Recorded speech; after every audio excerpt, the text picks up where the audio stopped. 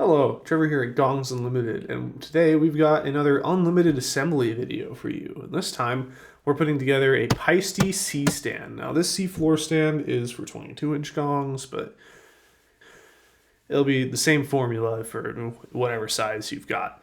So, let's get right into it. In front of us, we've got our C stand, and the feet are inverted for shipping. And this is just to keep it safe and from poking out your box or anything. And this is a good way to store it if you're traveling with it. And it comes with these little metal pieces in between the feet and the stand. And these act as a barrier to protect your paint.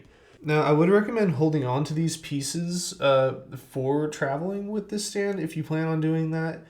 You don't have to put this on because it's not going to fit on with the way this notch brackets onto this other piece. This other side right here. So yeah, just throw them in your drawer somewhere and keep them handy just in case. In front of us, we've got our wing screw and our bolt and the foot. So what we're gonna do is just grab that. Most of the time, you can do this without needing like pliers or like a grip or whatever for this nut right here. Sometimes if it's on there really tight, and you're twisting the wing nut, you'll notice this back nut will be spinning too, and you're not actually unscrewing anything, it's just spinning your wheels. Well, in that case, you'll want to take your handy dandy rag handkerchief and the pliers that you always keep in your waistline, and you'll grab on with the pliers using the rag as a protective barrier as to not scratch the paint on your Paiste bolt. You just grab it, clamp it tight, and unscrew the wing nut. Again, we didn't need to do that because this one wasn't super tightened, but that's just a handy tip if you find that it's hard to take off at home. We'll just repeat that step. This one was also, didn't need the pliers.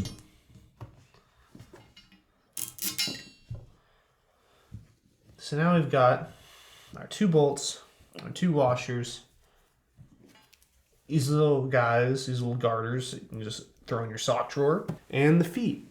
So we'll essentially be taking the way these were and just flipping it.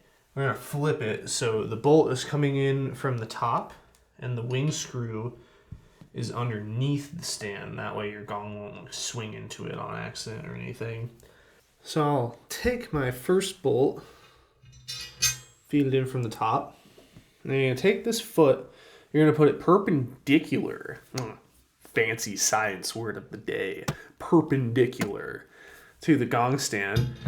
So this little notch, this little bracket that's on the top of the arch is going to fit into the bottom of the stand nice and snug.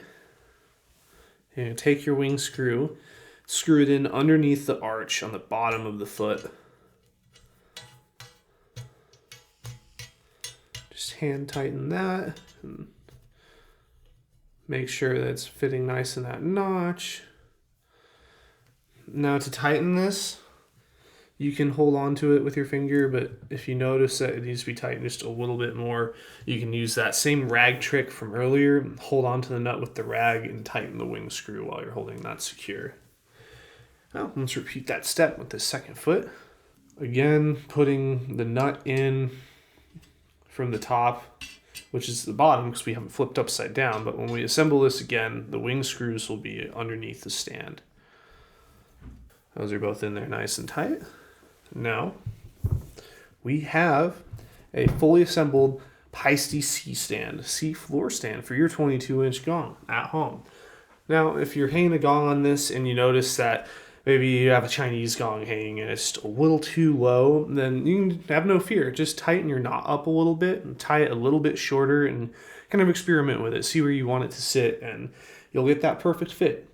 Thank you for seeing us today, and if you'll excuse me, I've got to floor stand somewhere.